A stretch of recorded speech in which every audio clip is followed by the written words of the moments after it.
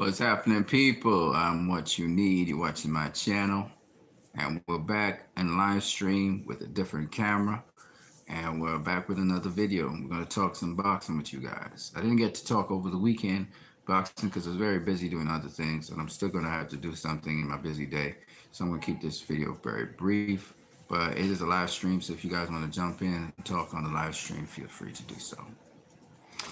If you want to subscribe to my channel, or you want to comment to my channel, you might even want to donate to my channel, feel free to do so. To donate to my channel, we're doing it via Western Union or MoneyGram. You just send in the money through there, and I'll give you the details, my address, and you give me your reference number, and we'll do the do. All right. So, Gary Russell Jr. outboxed King Tug. I like to call him King Tug because I can't really pronounce his name. It's pretty long. King Tug, though, he did show a good counter for himself, especially later on in the fight. Early on in the fight, Gary Russell, well, mostly for the most of the fight, Gary Russell controlled distance with his jab. So he was boxing him on the outside, basically with his jab. And basically, Guillermo Rigondeaux's fight against his opponent, which was a Venezuelan opponent, again, that fight was a reflection. It was kind of like similar fights. Now, King Tug was trying to work his way to the inside, bob and weave and stuff like that. That's in on Gary Russell, but Gary Russell, using that pivot work, using that footwork, using that jab, flashing that jab all the time to keep range and distance, was able to keep him at bay and pretty much win the fight by a unanimous decision. Now, what's really weird is in the Guillermo Rigondeaux fight, which mirrored that, and it actually to some degree, Guillermo Rigondeaux did a better job. He got a split decision win over the Venezuelan dude, which I thought was just atrocious. Whoever judged that, Guillermo Rigondeaux actually dropped the guy in the 7th round. He stunned him again in the 11th. The guy did come on a little bit, win a couple of rounds. 10, I think he won like the 10th. I think he won the 9th, maybe, because he got a couple body shots in there. He did win the first round as well. So he won about 4 rounds. But, I mean, Rigondeaux basically controlled the fight. Initially, the guy came out with steam and vigor. Guillermo Rigondeaux was keeping his hands up, trying to fight on the inside. He's not a very good inside fighter, as you all know. That's why Lomachenko could actually beat his ass like that. But when you look at over the course of the fight, it was basically the same thing. Guillermo Rigondeaux check hooking him, popping that jab, really looking like he really wanted to land something on him, but he couldn't really do nothing because the guy was kept on bobbing and weaving. And he was doing a great job. The Venezuelan fighter came to fight. He came to, get his opportunity. He was hungry, was thirsty. Was that he was not able to really capitalize on closing the distance because Guillermo Rigondeaux would lock him up, tie him up once he got on the inside. Same thing with Gary Russell Jr. Even though Gary Russell Jr. put his hands up and started walking down King Tut a bit in some of the rounds, but King Tut was really better on the inside, so he had to keep him at bay. And in the 12th round, trying to keep him off and keep him at bay again with the jab. But for the most part, both fights were kind of similar. Now, people started booing Guillermo Rigondeaux when he started boxing the dude, and I didn't understand it because it wasn't booing Gary Russell Jr. And I felt so annoyed by the boos. I was thinking, oh, man, this asshole understand that's doing the booing. Why is he booing? You know what I mean? It's boxing.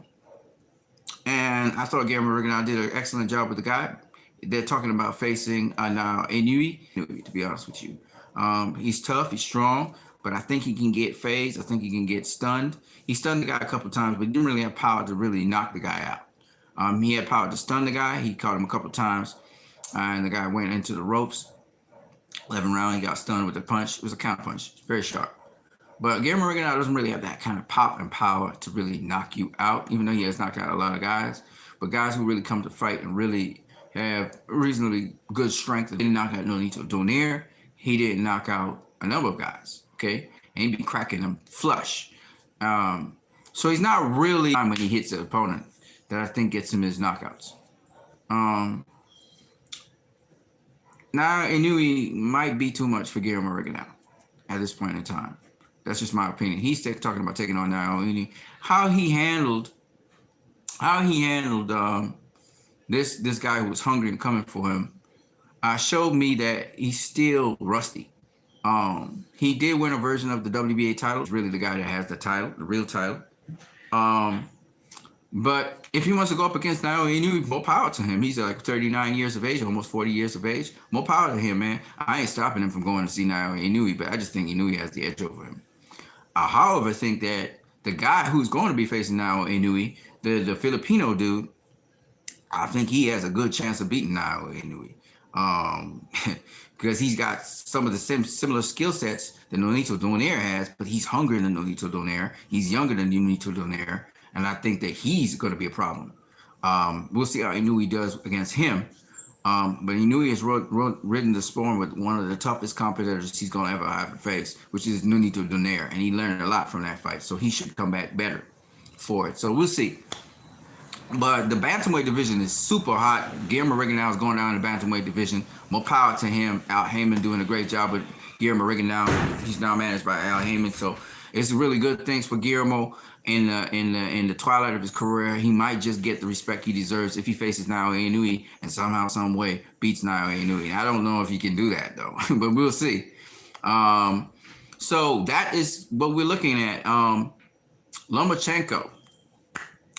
Right now, we're hearing negotiations between Teofimo Lopez and Lomachenko. They got a date, they got a location, they got a time. So it's looking like it's going down, ladies and gentlemen. And then the other exciting thing in boxing, of course, is Dubois versus the other guy. Both guys are from Britain. That's a good fight. I know Dubois is a lot sharper, a lot faster, not as quick. I don't think he has quicker feet than the other guy, but he's sharper and faster with his hands. But the other guy, he's known for his volume punching. That should be a good matchup. We'll look to see what happens on the horizon with that. Of course, the fight that we are all waiting for, the biggest heavyweight fight in a long time, Deontay Wilder versus Tyson Fury, is coming around the corner. Can't wait for that either. And of course, hold on a second there. And the last thing I want to talk to you guys about before I get out of here, get out of Dodge, you guys can also leave topics that you want me to talk about. Big news, man. Is that we're looking forward to seeing what the fight is. You guys might remember. I can't believe I just blanked it out. But there's a fight that's coming up that's really going to be good, and we really want to see that fight. This year, 2020, is a good year, and it's a year of upsets, so you never know what's going to happen. But as soon as I remember the fight, I'm going to tell you guys. And it's a really good fight, but I just can't remember what it is. And if they make that fight happen, man, I'm going to be so happy. So anyway, that's basically the rundown of the weekend fights. I think I covered everybody. I think I did. I can't remember if I did. My predictions, you guys didn't see my prediction video. I did make a prediction video, but I didn't publish it. I'm going to catch you guys later, man. I'm what you need. If you like this channel, don't forget you can comment, donate, subscribe, donate to my channel via Western Union MoneyGram. If you're going to donate via Western Union MoneyGram, just remember, you will need to give me details. I'll need to give you details so you can send the money. I live in Trinidad, so Trinidad will be the basic location. You can also put the guy in Trinidad. And then, of course, I'll need to know your reference number. So that's basically it, people. I'm going to catch you guys later. I'm what you need.